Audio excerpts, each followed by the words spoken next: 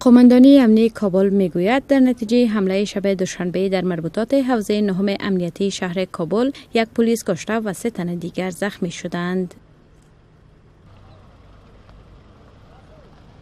آقای رحیمی گفت هدف حمله کننده ها یک شرکت خارجی به نام نارتگیت بود، اما وی میگوید که در این رویداد به خارجی ها کدام آسیب نرسیده است.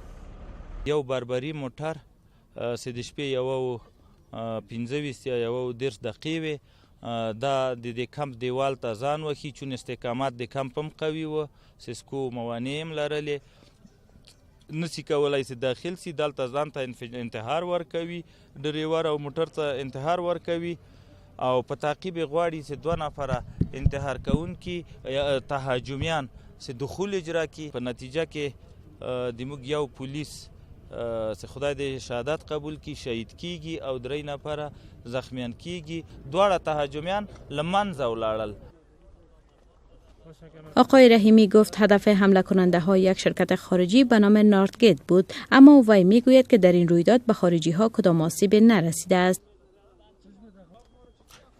این حمله انتحاری و گروهی حوالی ساعت 1:30 شب گذشته به وقوع پیوست و با کشته شدن 2 مهاجم درگیری خاتمه یافت.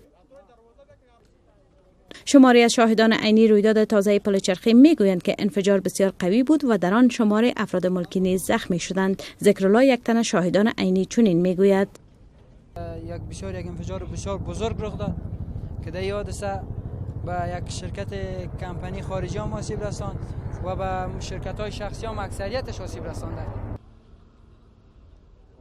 ذبیح الله مجاهد سخنگوی طالبان مسئولیت این رویداد را بر عهده گرفته و ادعا کرده که در این رویداد به خارجی ها تلفات وارد شده است.